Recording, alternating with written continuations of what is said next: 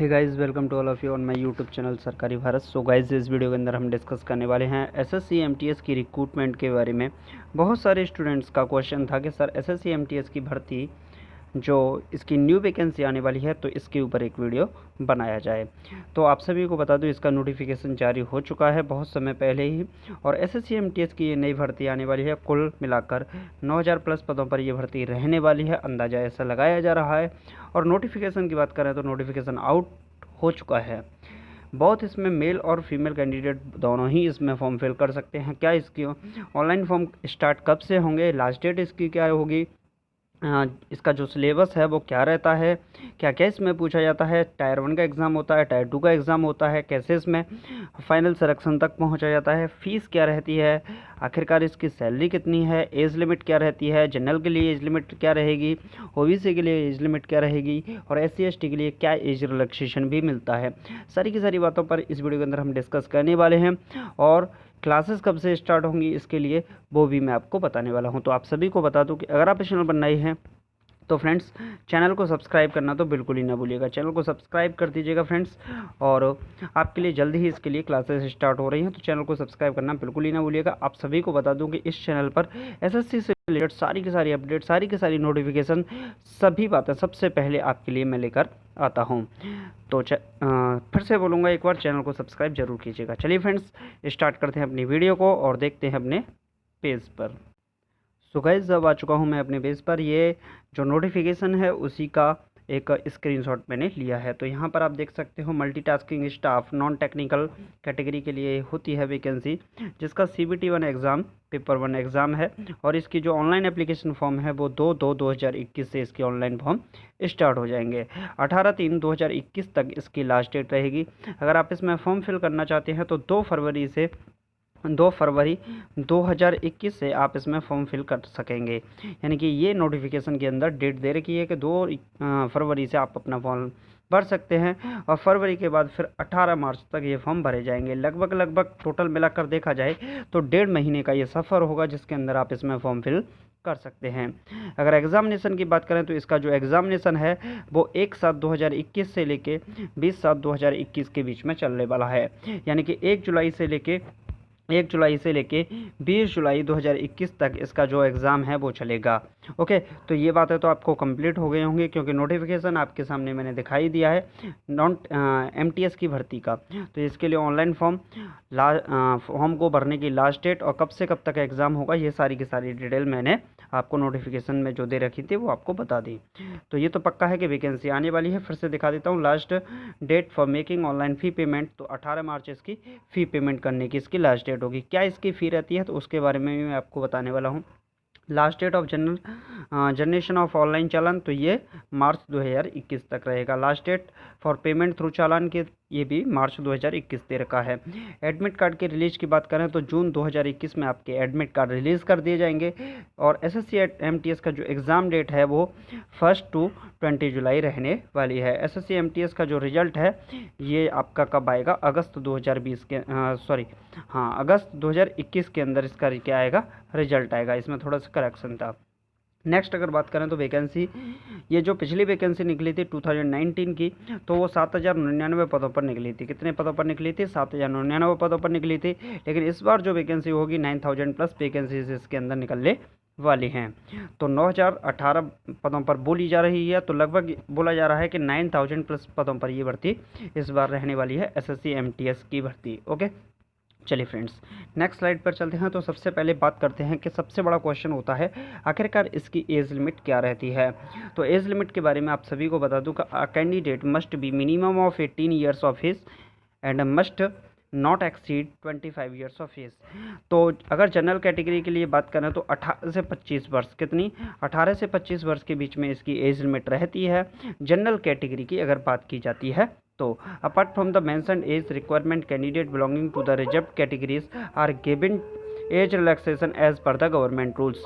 यानी कि आपको एज रिलैक्सेशन भी इसके अंदर देखने को मिलता है। तो एज रिलैक्सेशन भी आपको इसके अंदर देखने के लिए मिलेगा।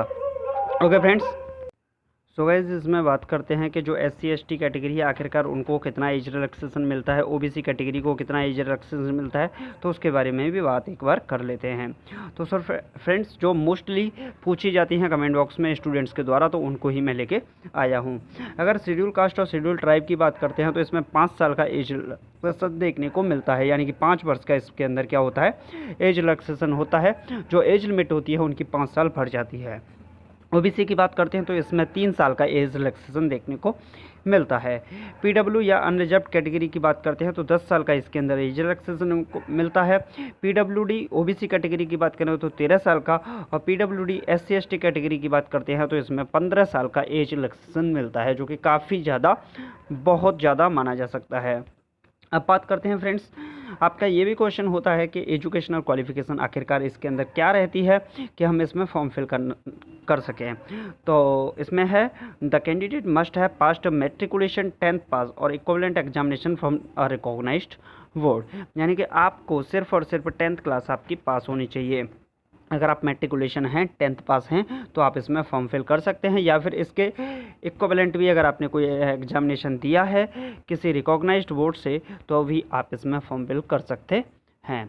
फ्रेंड्स नेक्स्ट अगर पॉइंट की और बात करते हैं तो नेक्स्ट पॉइंट है in case of candidate does not pass the qualifying examination before the closing date of receipt of the application form he और she is not permitted to apply. यह इसका मतलब ये है कि अगर कैंडिडेट उसमें फॉर्म फिल नहीं कर पाता है लास्ट डेट तक, तो उसको अप्लाई नहीं किया जाएगा। तो ये तो कोई बड़ी बात नहीं है।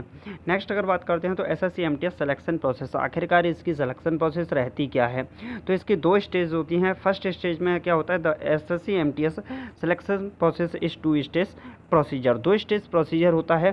फर्स्ट स्टेज की अगर बात करते हैं तो इसमें SSC MTS paper 1 written test होता है।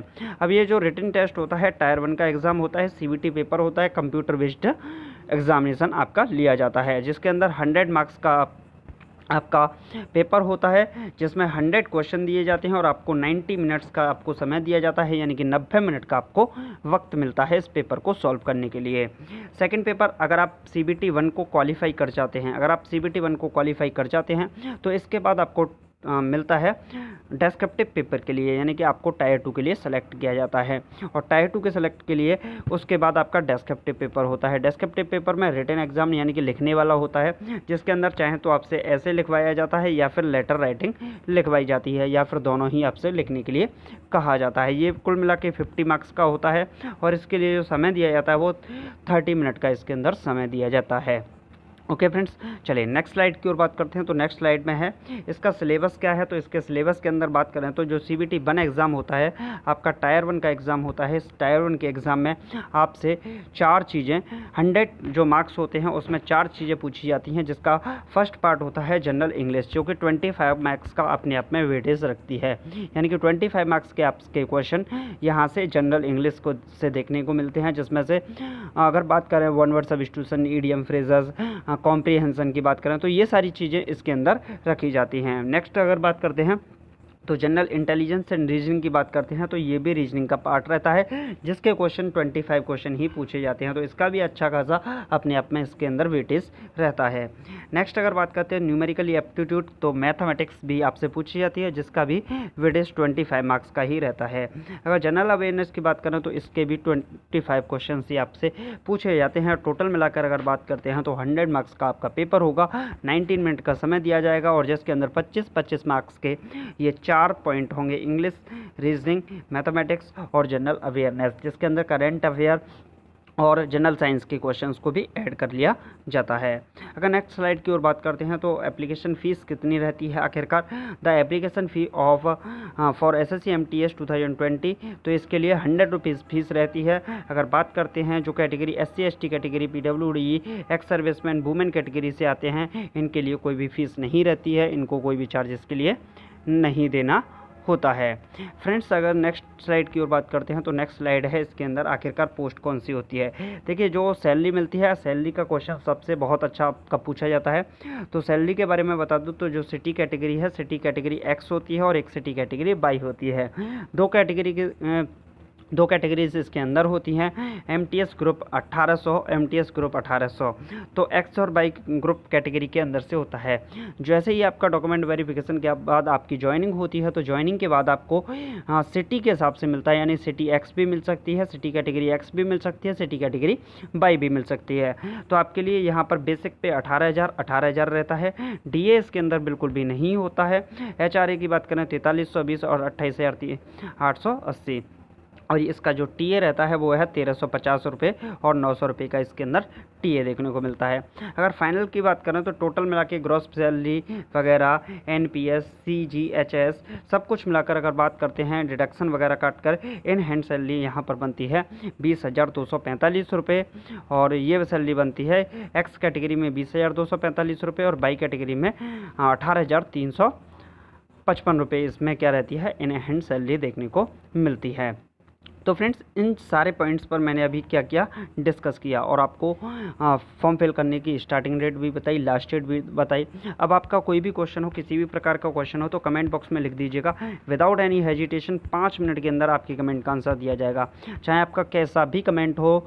और जो स्टूडेंट पेपर दे चुके हैं और जिनका 31 अक्टूबर तक रिजल्ट आने वाला है, एसएससी एमटीएस के 2018 के स्टूडेंट जो हैं, 19 के स्टूडेंट जो हैं 2019 के, तो वो भी स्टूडेंट अपना क्वेश्चन कर सकते हैं और कमेंट बॉक्स में लिख सकते हैं। उनके भी कमेंट का आंसर 5 मिनट के अंदर आपके कमेंट का आंसर दे दिया जाएगा।